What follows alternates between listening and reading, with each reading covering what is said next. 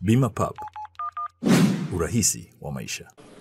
Mheshimiwa Naibu Spika, kwa kuzingatia ushindani wa kibiashara uliopo katika ukanda wa Bahari ya Hindi, nchi yetu imechukua hatua mahususi ili kunufaika na fursa ya kijiografia ambayo tunayo ya kuwa ni lango kuu la biashara kwa nchi jirani. Hatua hizo ni pamoja na uboreshaji wa bandari zetu zilizoko katika bandari kuu na uwekezaji wa sekta binafsi katika kutoa baadhi ya huduma bandarini.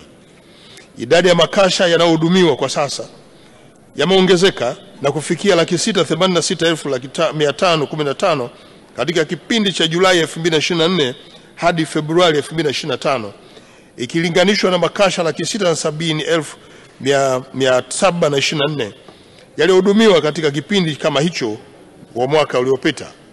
Ongezeko hilo linachangiwa na uwekezaji uliofanywa katika gati 0 mpaka 7, ambapo idadi ya makasha yaliyohudumiwa katika eneo hilo yaliongezeka kutoka 122,339 hadi 160,286 katika kipindi hicho. Aidha, muda wa meli za makasha kusubiri nangani umeondolewa kabisa. Hivi sasa meli hufunga na geti mara tu zinapowasili katika bandari ya Dar es Salaam. Hali hiyo imepunguza wastani wa muda wa meli zisizokuwa za makasha kusubiri nangani kutoka siku 46 za awali hadi siku 7. Mheshimiwa Naibu Spika, mafanikio mengine yaliyopatikana katika bandari ya Dar es Salaam ni pamoja na kupungua kwa idadi ya meli zinazosubiri nangani kutoka meli 30 hadi 3. Muda wa meli kuhudumiwa nao umepungua kutoka siku 4 hadi siku 3 kwa meli za makasha. Muda wa kuhudumia meli za mafuta umepungua nao kutoka siku 10 hadi siku 3. Kuimarika kwa utoaji wa huduma hizo kumepunguza tozo za meli hizo kusubiri nangani na hivyo kuchagiza kupunguza gharama za bidhaa kwa Watanzania.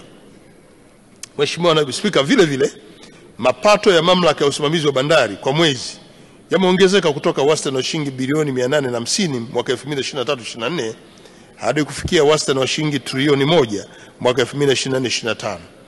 Aidha, mapato yanayokusanywa kutokana na ushuru wa forodha nayo pia yameongezeka kutoka shilingi trilioni 9.35 mwaka 2023/24 hadi shilingi trilioni 9.86 kufikia Februari 2025. Mimi naitwa Juma, mmiliki wa magari ya usafirishaji wa mizigo na abiria. Natumia Bima Pub kwa sababu inaruhusu kuweka TIN namba yangu wakati wa kununua bima. Inafanya iwe rahisi kudai vati kutoka TRA kwa kutumia hati hiyo hiyo ya bima. Uwezo wa kupata mkopo bwana.